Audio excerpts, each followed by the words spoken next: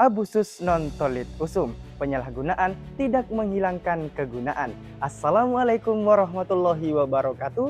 Shalom Om Swastiastu, Namo Buddhaya, salam kebajikan bagi kita semua. Dewan juri yang terhormat, perkenalkan kami dari tim Sunan Kalijaga dengan saya Muhammad Fajrin selaku pembicara pertama, ditemani kedua rekan saya Adika Arif selaku pembicara kedua dan Rizka Wulan Zahira selaku pembicara ketiga.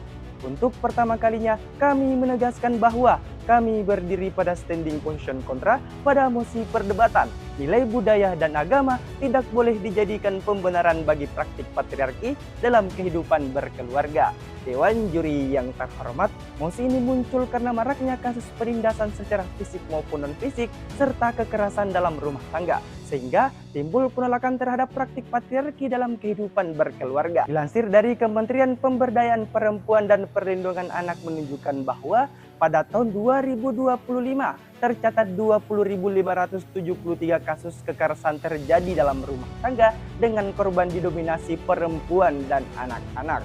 Namun Dewan Juri yang terhormat, tingginya angka tersebut tidak serta-merta membuktikan bahwa nilai budaya dan agama yang membentuk patriarki adalah penyebab utama, melainkan adanya kesalahan tafsir terhadap konsep dasar patriarki itu sendiri.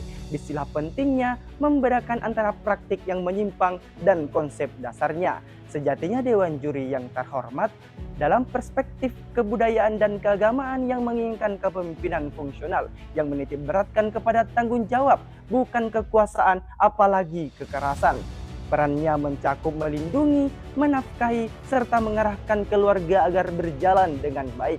Dewan Juri yang terhormat, secara filosofis menyalahkan nilai budaya dan agama dalam tatanan hukum keluarga bertentangan dengan teori the living law yang dikemukakan oleh Eugene Arlick, bahwasanya norma sosial yang hidup dalam masyarakat tidak hanya bersumber dari hukum tertulis, namun juga bersumber dari nilai budaya dan agama yang hidup dalam masyarakat.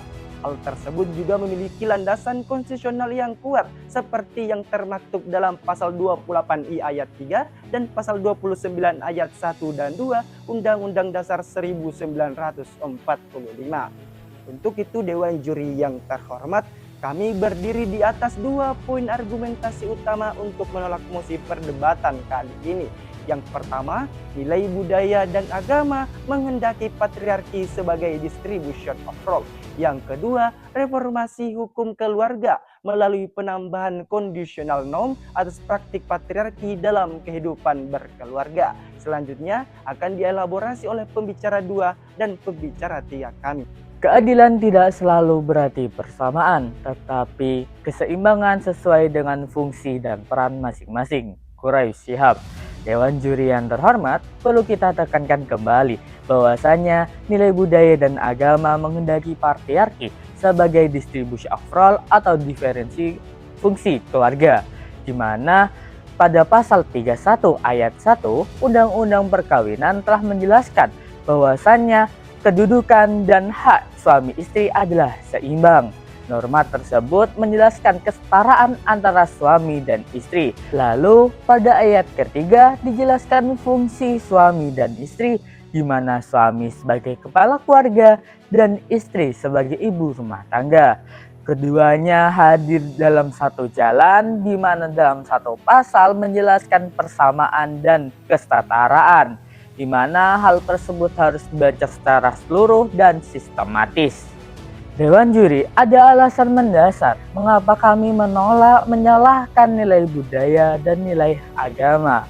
Jika mengacu pada teori legal system Friedman, nilai budaya dan nilai agama termasuk komponen dalam legal culture, di mana budaya hukum tidak dapat terlepas dari hukum itu sendiri.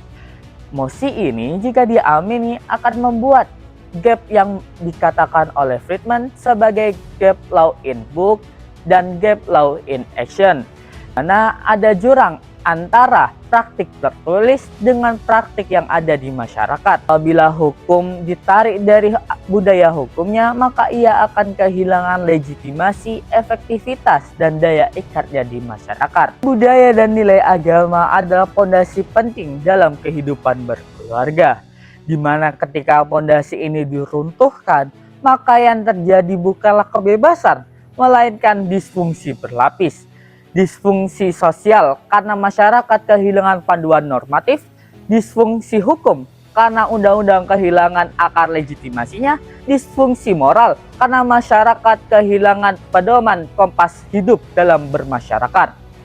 Pun sejatinya Dewan Juri, suburnya nilai budaya dan nilai agama tidak bertentangan dengan hukum hak asasi manusia internasional. Pasal 5 Convention on the Elimination of All Forms of Discrimination Against Women, CEDAW, menyebutkan bahwasanya hanya mewajibkan penghapusan stereotip gender yang mendiskriminasikan dan merugikan, bukan menghapus peran seperti yang diinginkan oleh nilai budaya dan nilai agama. Bahkan, General Comment nomor 29 Komite CEDAW menegaskan bahwasanya implementasi konvensi tidak boleh bertentangan dengan tatanan budaya dan agama. Dewan Juri, sejatinya penindasan dan kekerasan bukan diakibatkan karena pembiaran hukum. Kita telah memiliki Undang-Undang Nomor 23 Tahun 2004 tentang penghapusan kekerasan dalam rumah tangga, di mana korban dapat melakukan proses hukum ketika ia menjadi korban kekerasan dalam rumah tangga. Namun, mengapa kekerasan dan penindasan ini masih terjadi? Kami mengidentifikasi akar permasalahannya timbul akibat manipulasi budaya hukum. Maka dari itu, kami memberikan mekanisme solutif dengan penambahan conditional norm yang memberikan batasan yang jelas kepada suami sebagai kepala keluarga, dengan penambahan ayat keempat dalam pasal 31 yang berbunyi, kedudukan dan hak keperdataan suami sebagai kepala keluarga sebagaimana yang dimaksud pada ayat 3 gugur demi hukum apabila terbukti melakukan penindasan, kekerasan, eksploitasi, atau pelantaran yang membahayakan istri dan atau anak. Penambahan ayat ini bertujuan untuk memberikan rumusan baru terhadap otoritas keluarga. Hal tersebut juga mengembalikan fungsi kepemimpinan yang dikemukakan oleh nilai agama dan nilai budaya. Terakhir, pembaruan ini juga menjadi angin segar terhadap ambiguitas pada pasal 31 ayat 3. Dari sisi kami telah memberikan keadilan, kepastian, dan kebermanfaatan sebagaimana tujuan hukum yang dikemukakan oleh Gustav Reber. Keadilan lahir dari keseimbangan tanggung jawab sosial, Prof. Hazerin. Dewan Juri yang terhormat, kesalahan terbesar dalam memahami mosi ini adalah mencampur adukan antara korelasi dan kausalitas. Banyak yang menuding nilai agama dan budaya sebagai penyebab dari penindasan, padahal penindasan terjadi murni akibat penyalahgunaan kepercayaan oleh individu.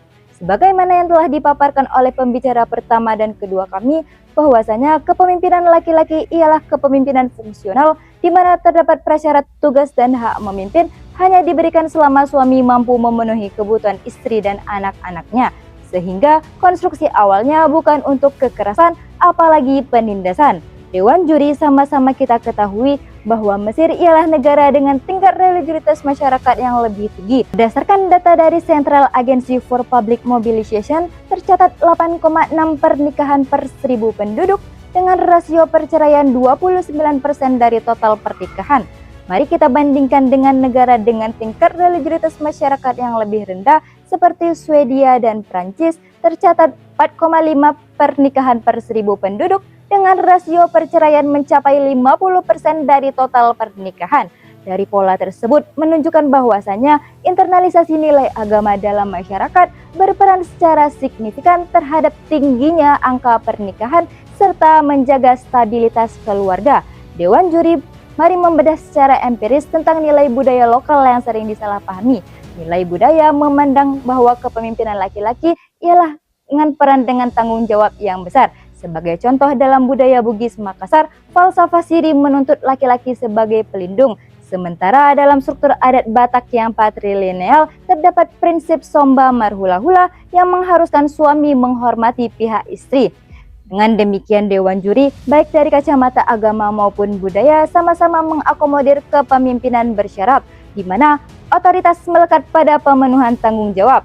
Ketika tanggung jawab itu diabaikan, maka legitimasi kepemimpinan pun dipertanyakan. Dewan Juri, kami memandang permasalahan ini muncul akibat celah hukum positif di Indonesia, khususnya pada pasal 31 ayat 3 Undang-Undang Perkawinan.